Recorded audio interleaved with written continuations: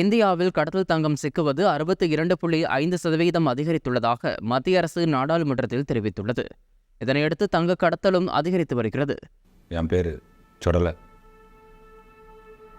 இது என் அப்பா பேர் கணேசன். தற்கொலை பண்ணிக்கிட்டாரு. இன்னையோட 1 வருஷம் ஆகுது. எங்கள் அப்பா தற்கொலை பண்ணிக்கிட்டது காரணம் செத்தோரை பற்றி விசாரிச்சு என்னத்துக்கு? உங்கள் அப்பா என்ன பற்றி உங்களுக்கு தெரியாதா?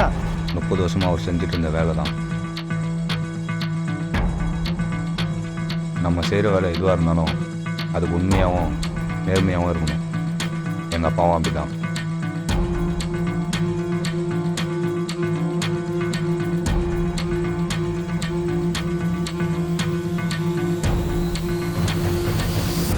வெளிநாடுகளில் இருந்து சென்னைக்கு விமானம் மூலம் கடத்தி வரப்பட்ட சுமார் 50 லட்சம் ரூபாய் மதிப்பிலான தங்கம் மற்றும் பொருட்களை பறிமுதல் செய்த சுங்கத்துறை அதிகாரிகள் ஒருவரை கைது செய்துள்ளனர். இருவரும் மலக்குடலில் மறைத்து 27 லட்சம் ரூபாய் மதிப்பிலான தங்கத்தை பேஸ்ட் வடிவில் கடத்தி வந்தது கண்டுபிடிக்கப்பட்டது.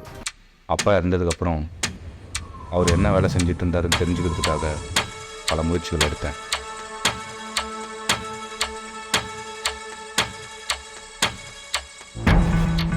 ஒரு வழியாக 6 மாதத்துக்கு அப்புறம் அப்பாவோடைய நண்பரான ராமமூர்த்தியை சந்திக்க சென்னைக்கு வந்தேன். அப்போ தான் தெரிஞ்சுக்கிட்டேன், இந்த வேலையை செய்யணுன்னா உண்மையாகவும் நேர்மையாகவும் இருந்தால் மட்டும் போதாது, புத்திசாலித்தனமாகவும் இருக்கணும். தப்பு மட்டும் நடந்துச்சுன்னா இங்கே உயிரை விட்டுன்னு, அப்படி உயிரை விடலைன்னா உயிர் போகிற வரைக்கும் ஓட விடுவான்னு, வாழவே விட மாட்டான். நெருப்பை வயிற்றுல கத்திக்கிட்டு பயணிக்கிற வேலை இது. இந்த பயணத்தில் பயம் இருந்துச்சுன்னா நெருப்பு பற்றிக்கும்.